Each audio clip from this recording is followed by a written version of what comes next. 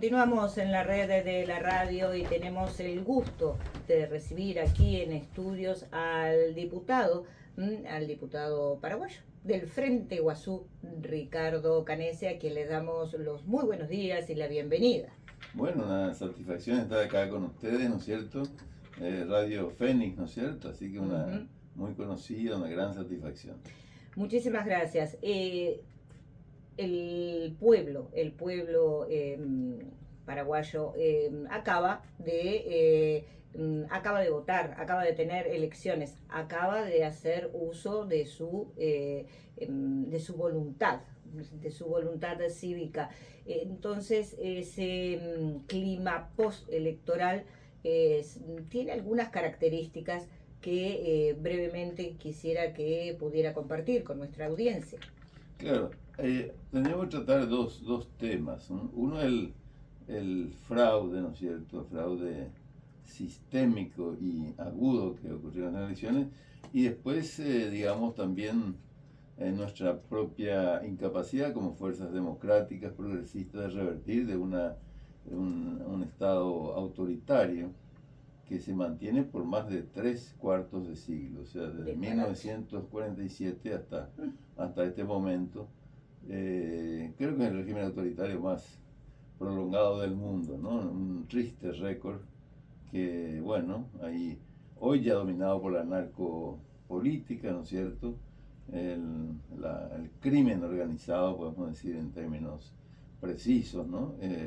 Y bueno, de alguna manera hemos perdido ante el crimen organizado. Pero también hemos cometido errores, o sea, no es que sea imposible ganar el crimen organizado, también hemos cometido errores, así que podemos ver la parte autocrítica también, ¿no es cierto? Pero también toda esa estructura de una mafia que gobierna desde hace 3/4 de siglo. Y que trasciende fronteras, porque Exacto. desde acá se han dado sus ayuditas a los grandes problemas que tiene Paraguay. Han habido nombres que se han repetido, que han sido compartidos y que han generado problemas hasta no de carácter diplomático, porque parece que tienen acuerdos en la maldad, pero sí han sonado en la prensa de ambos países, ¿no?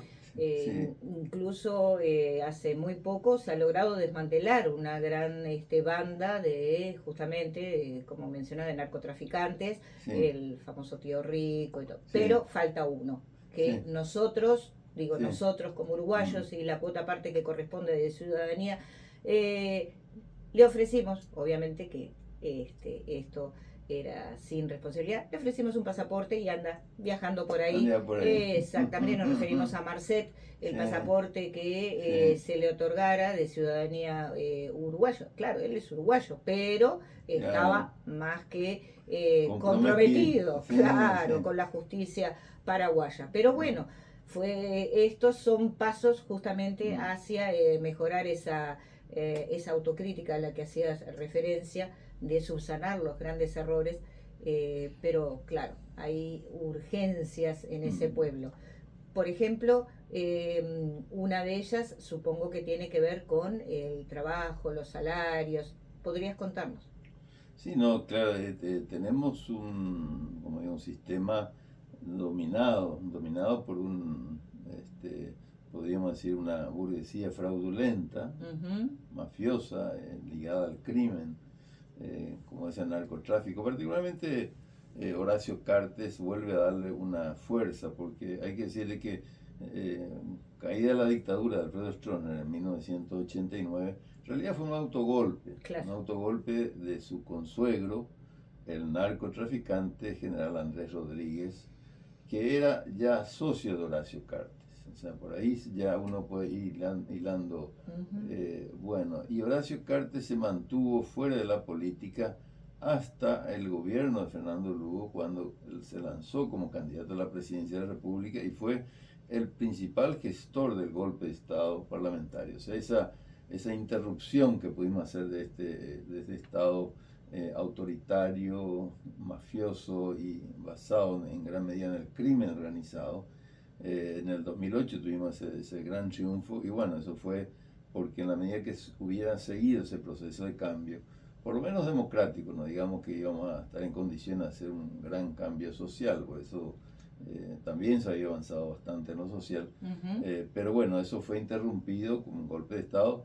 En ese momento, de luego, liderado por Estados Unidos y Horacio Carter. Horacio Carter fue el principal, nosotros decimos, operador político y económico, el que estuvo operando.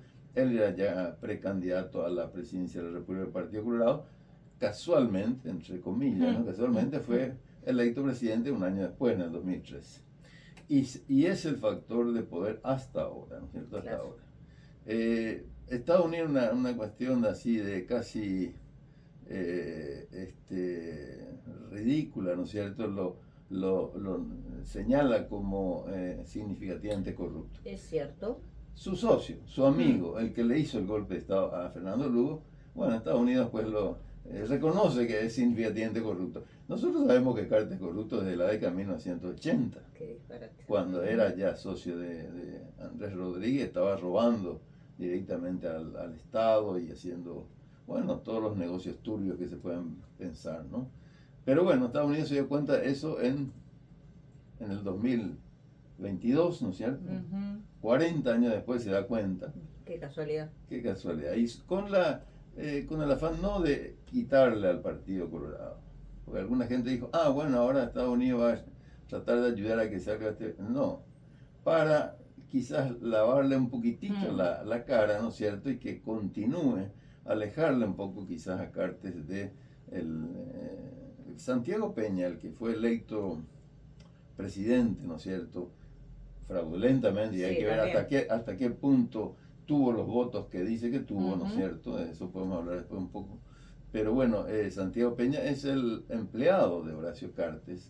Y empleado, fíjate, en algunas cuestiones fundamentales. Era el gerente del Banco Basa, Banco Amambay, Sociedad Anónima, donde Carter había hecho ya sus primeros negocios cuando era casa de cambios Humaitá, de ahí viene después Banco Amambay y ahora Banco Basa.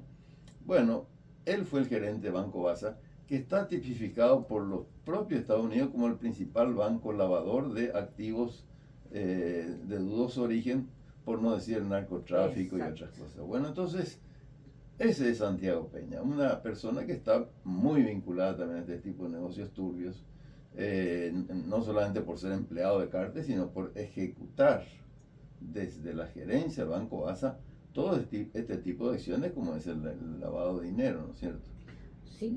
Sin duda, el entramado corrupto, bueno, justamente trasciende fronteras y de alguna manera gastaron esa cara visible de Cartes, y entonces, bueno, un pasito al costado, pero se mantiene ahí con toda la estructura. Su secretario, ya no narcotraficante, pero sí el lavador de le cambiamos el nombre y ya está. No quiero dejar de mencionar justamente uno de los motivos de tu visita, ya que poquito rato va a sesionar el Parla Sur y justamente la Comisión de Derechos Humanos, en la cual integras, y mencionábamos hace instantes, antes de iniciar esta charla, el tema de verdad y justicia. Y verdad y justicia relacionada con la guerra de la Triple Alianza. Sí, es que nuestros problemas comienzan allí, ¿no es cierto? El Paraguay tuvo podríamos decir así un poco irónica, la desfachatez, la osadía de protagonizar la primera revolución democrática, popular. Hay historiadores que le califican con mucha precisión, yo estoy muy de acuerdo con esa definición, fue una república campesina, ¿no? Claro. Bueno, éramos un país, pero no solamente una república campesina, fue un país que se estaba industrializando, porque al liberar las fuerzas de la producción, al poder acceder el campesino, el indígena, también el pequeño y el mediano productor directamente a la tierra, que en gran medida era pública, porque tuvimos nuestro prócer de independencia, el doctor Francia, fue implacable con los españoles, españolistas y en general partidarios de la teoría de la dependencia. Él, a diferencia de Bolívar, que fusiló mucha gente, él fusiló poca gente, pero le hizo algo peor a las clases dominantes. Él les expropió, les confiscó sus bienes. ¿Qué es lo que hay que hacer? Porque finalmente uno le fusila a un gran sinvergüenza y sus hijos continúan. No, él les expropió. Les tocó el bolsillo, que es donde más les duele. Les quitó todo lo que habían robado, digámoslo en términos claros. Porque finalmente habían robado todo eso. Bueno, y entonces, claro, se conformó un Estado fuerte, poderoso, pero donde al mismo tiempo era un Estado que estaba al servicio de la gente. Y eso se estaba industrializando ya durante el gobierno siguiente, Carlos Antonio López, que siguió sus mismos pasos, y después Francisco Solano López, se estaba industrializando de una manera muy acelerada. Ojo, nosotros éramos una Suiza o una Holanda, no éramos una Alemania o Francia, no teníamos la dimensión que tenían obviamente Brasil, Argentina, pero era un país que se estaba industrializando y desarrollando de forma independiente, sin deuda externa, ¿no es cierto? Sin analfabetismo. En Europa había un analfabetismo galopante en esa época. En Europa, no digamos en América Latina. En América Latina era terrible. En Paraguay todos sabían leer y escribir. Era un pueblo culto. Bueno, y era un mal ejemplo, obviamente mal ejemplo. Bueno, entonces se hizo esa terrible guerra para eliminar ese mal ejemplo. No solamente eliminar, para apropiarse de la riqueza de nuestro país. Fíjate que uno de los crímenes que se comete es que las empresas anglo-argentinas y anglo-brasileñas se quedan con toda la tierra pública. ¿No es cierto? Un crimen económico. De luego mataron a 2 de cada 3 paraguayos como mínimo en el estudio que hicimos en la Subcomisión de Verdad y Justicia, que tuvimos 15 audiencias públicas, 30 exposiciones de muy alto nivel, ¿no es cierto? Y unos aportes adicionales además. Bueno, se ve con una claridad realmente increíble todo lo que pasó. Bueno, pero no solamente eso asesinó a 2 de cada 3 paraguayos o a 3 de 4 paraguayos, ya sean como mínimo o la cantidad más probable, se asesinó a niños, se llevó esclavos, niños, hombres y mujeres, esclavos o en servidumbre, o sea, se destruyó el país. No solamente, y bueno, ¿qué pasó después? Y pasó eso, que los grandes capitales extractivos, empresas anglo-argentinas, anglo-brasileñas, se apropiaron del país y fue un país de extracción de riqueza, no de generación de valor agregado. O sea, aún con las limitaciones que tuvieron otros países, hubo un proceso de desarrollo de las fuerzas productivas. De ahí que en nuestro país no tenemos un desarrollo de una clase obrera, por ejemplo. No, claro que no. Porque hasta ahora los habían eliminado a todos los varones de jóvenes, y que prácticamente los eliminaron a todos. Claro, pero además de ese genocidio, ¿no es cierto? De luego el que quedó de la familia con padre, quedó apenas el 8%, el 92% fue eliminado. Pero aparte de ese genocidio brutal, ¿no es cierto? Y de haberse quemado hospitales con los enfermos adentro, en fin, de barbaridad tremenda que se cometieron y que están en ese relatorio que, ojo, yo para los que nos están escuchando, eso pueden encontrar en la página web del Parla Sur, allí está, para todos, está ahí el relatorio completo y están las exposiciones completas, ¿no? Bueno, pero aparte de todo eso, se creó un modelo extractivo que nos afecta hasta ahora. Hasta ahora el Paraguay no tiene un modelo de agregación de valor, sino que es un enclave de extracción. Y bueno, por eso es que tenemos en gran medida un desarrollo de la izquierda muy débil. ¿Por qué? Porque no hay desarrollo de las fuerzas trabajadoras. No se tiene el desarrollo industrial de Brasil, Argentina, ni siquiera de Uruguay. Uruguay tiene centrales obreras importantes. ¿Por qué? Porque tuvo un desarrollo industrial, aunque sea mínimo, pero lo tuvo, ¿no es cierto? Ya estamos hablando del siglo XX, el fin del siglo XIX, siglo XX. Nosotros lo teníamos antes de la guerra. Eso era lo que le iba a comentar. Corríjame, Canese, si no es así. Pero Paraguay fue la primera nación de América Latina en tener un alto horno. O sea, claro, sí, teníamos alto horno. Teníamos alto horno, teníamos astilleros, teníamos fábricas de, digamos, arsenales, fábricas de armas, teníamos polvo, o sea, teníamos todo. Por eso el Paraguay, pronto para el desarrollo, el despegue. Pero ni qué decir la industria textil, industria, o sea, el Paraguay tiene un desarrollo de todo tipo de industrias que está avanzando desde, claro, partamos de la misma artesanía, pero ya a fábricas bastante desarrolladas, desde luego el ferrocarril, Claro. ¿no es cierto? Y donde los componentes industriales ya comenzaban a ser fabricados en nuestro país. O sea, había un proceso de desarrollo industrial muy significativo que, claro, se frustró. Pero vuelvo a decir, aparte de exterminarla, hacer un genocidio al pueblo, se hizo un genocidio con el modelo económico. Claro.